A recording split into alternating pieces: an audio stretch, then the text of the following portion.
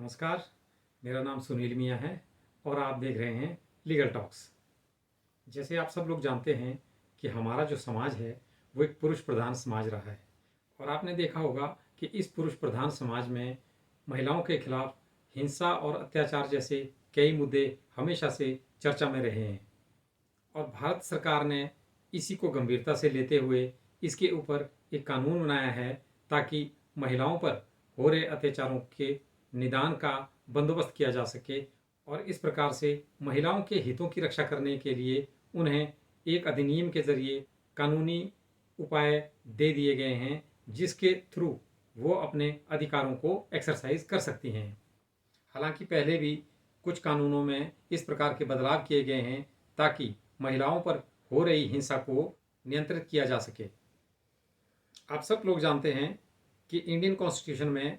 महिलाओं को खास तौर पर अलग से प्रावधान किए गए हैं और इसी के चलते इंडियन पार्लियामेंट ने साल 2005 में एक ऐसा ही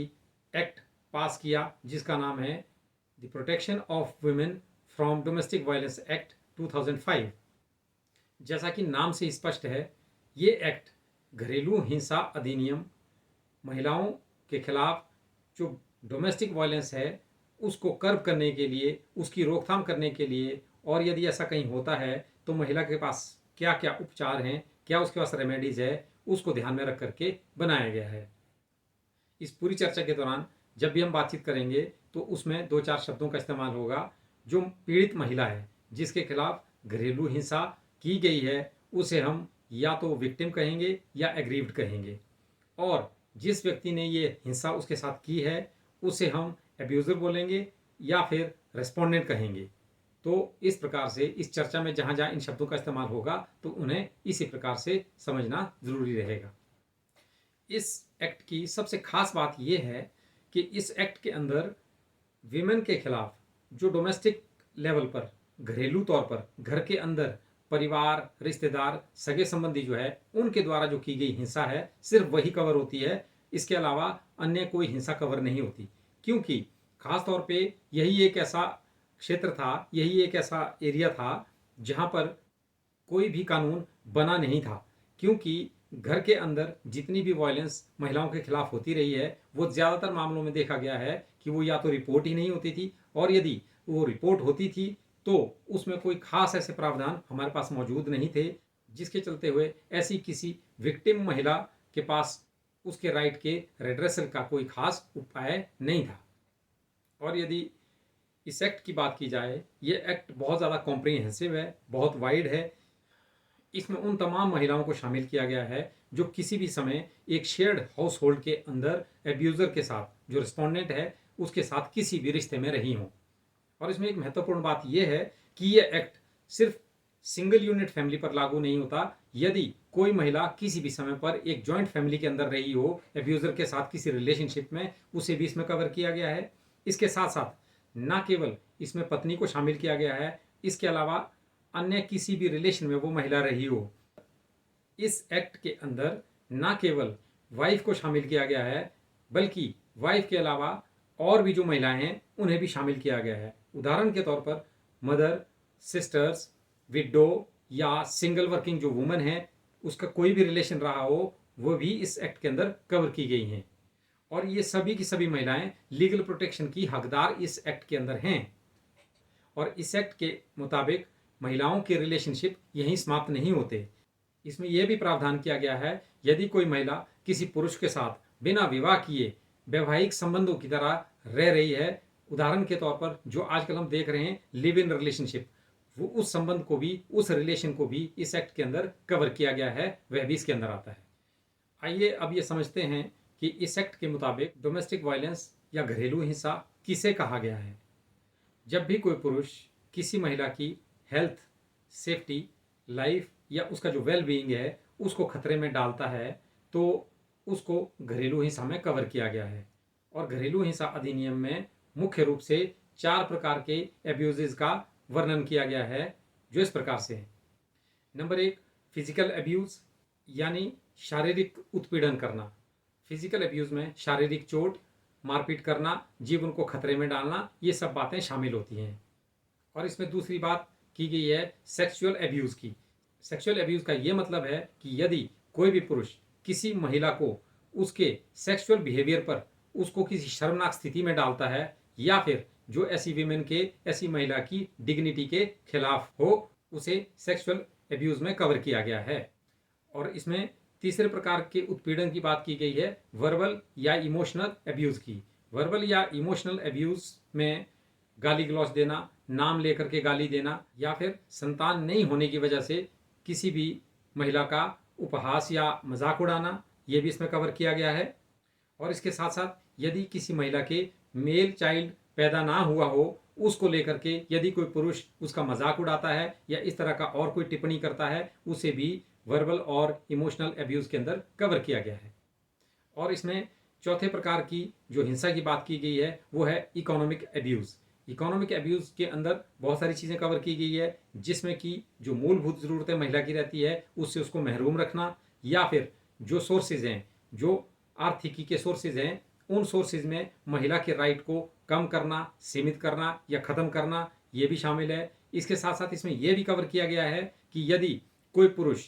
जो परिवार के एसेट्स हैं, परिवार की प्रॉपर्टी है, उसको डिस्ट्रॉय करता है, डिस्पोज ऑफ करता है, बेचता है या इस प्रकार से इधर उधर करता है, तो उसे भी इसमें शामिल किया गया है। और इसके साथ साथ जो महिला का स्त्री धन है उसको भी प्रोटेक्शन करने के लिए इसमें प्रावधान किए गए हैं। यदि उसके साथ भी पुरुष कोई किसी प्रकार का दुरुपयोग करता है, वह भी इकोनॉमिक एब्यूज़ के अंदर शामिल किया गया है। लेकिन एक ध्यान देने वाली बात यहाँ पर यह है कि इसके साथ साथ एक्ट में यह भी प्रावधान किया गया है कि घरेलू हिंसा को दर्ज करते वक्त उसके फैक्ट्स और सर्कमस्टांसिस को देखा जाएगा कि किन फैक्ट्स और परिस्थितियों में ये चीज़ें हुई हैं, उन्हें भी कंसिडर किया जाएगा। डोमेस्टिक वायलेंस एक्ट में महिला को न्याय प्रदान करने के लिए, महिला को निदान देने के लिए 4 किस्म से 4 प्रकार के ऑफिसर्स नियुक्त किए गए हैं, जिनके थ्रू कोई भी इस प्रकार की महिला जिसके साथ घरेलू हिंसा हुई हो, वह अपना निदान करने के लिए या घरेलू हिंसा की रिपोर्ट दर्ज कर सकती है। सबसे पहले पुलिस ऑफिसर्स हैं, उसके बाद सर्विस प्रोवाइडर्स हैं, प्रोटेक्शन ऑफिसर्स हैं और मजिस्ट्रेट्स हैं।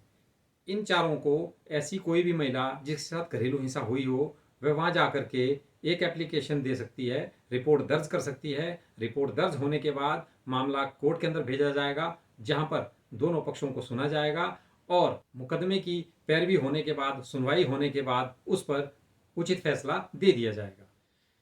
कोई भी महिला जिसके साथ घरेलू हिंसा हुई हो, वह इन चारों में से या तो पुलिस ऑफिसर या सर्विस प्रोवाइडर्स या प्रोटेक्शन ऑफिसर्स या मजिस्ट्रेट को जा कर के घरेलू हिंसा की रिपोर्ट कर सकती है। और जब ये रिपोर्ट दर्ज कर ली जाती है तो ऐसी दर्ज की गई रिपोर्ट को डोमेस्टिक इंसिडेंट रिपोर्ट यानी DIR कहा जाता है। और यदि ये domestic incident report police officer, service provider या प्रोटेक्शन ऑफिसर ने दर्ज की हो, तो वो डोमेस्टिक इंसिडेंट रिपोर्ट को तैयार करके और इसके साथ ज़रूरी दस्तावेज जो अन्य होंगे उनको साथ लगा करके जो भी संबंधित न्यायालय हैं उसमें दर्ज कर दिया जाता है। और संबंधित न्यायालय जो रिस्पोंडेंट है, जो एब्यूज़र है, उसको समन या नोटिस भेज करके कोर्ट में बुलाया जाएगा और मुकदमे को पैरवी करने के बाद उस पर फैसला दे दिया जाएगा। इस एक्ट के प्रावधानों को किस प्रकार से लागू किया जाएगा, उसके लिए अलग से रूल्स बनाए गए हैं, जिसके आधार पर अलग अलग राज्यों में अलग अलग तरीके से इसको इम्प्लीमेंट किया जा रहा है। हिमाचल प्रदेश के अंदर जितने भी आंगनबाड़ी सुपरवाइजर्स हैं उनको प्रोटेक्शन ऑफिसर्स नियुक्त किया गया है, और कोई भी महिला जिसके साथ घरेलू हिंसा घटित हुई हो, वह महिला अपने संबंधित आंगनबाड़ी सुपरवाइजर को मिल सकती हैं, वहाँ पे रिपोर्ट दर्ज कर सकती हैं। और इस प्रकार से जो आंगनबाड़ी सुपरवाइजर हैं वो उनकी डोमेस्टिक इंसिडेंट रिपोर्ट दर्ज करेंगी और उस पर नियम अनुसार ज़रूरी कार्रवाई करेंगी और मुकदमे को तैयार कर करके नज़दीकी संबंधित न्यायालय में भेजेगी, जहाँ से प्रतिवादी या रिस्पोंडेंट को बुलाया जाएगा ताकि उस पर कार्रवाई की जा सके। और यदि कार्रवाई के दौरान कोई भी महिला अपने केस को प्रूव करने में सफल रहती है तो उसे अलग अलग प्रकार के इसमें रिलीफ दिए गए हैं। सबसे पहला रिलीफ प्रोटेक्शन ऑर्डर्स को लेकर के है। यदि मजिस्ट्रेट को लगता है कि इस महिला के साथ घरेलू हिंसा घटित हुई है और घरेलू हिंसा से इसको बचाया जाना ज़रूरी है, तो प्रतिवादी के खिलाफ प्रोटेक्शन ऑर्डर्स पारित किए जा सकते हैं ताकि उस महिला की सुरक्षा सुनिश्चित की जा सके।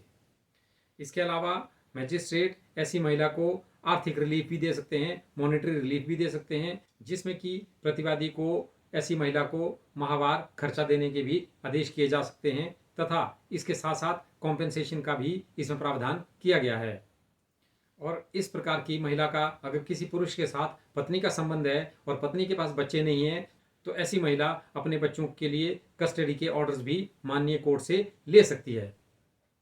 इसके साथ साथ इस प्रकार की महिला जिसके साथ घरेलू हिंसा घटित हुई हो वह रेजिडेंस ऑर्डर्स भी ले सकती है, जिसमें ऐसी महिला को रेजिडेंस देने की व्यवस्था की गई है। और रेजिडेंस ऑर्डर्स में एक महत्वपूर्ण बात यह है कि महिला को शेयर्ड हाउस होल्ड के अंदर ही अलग से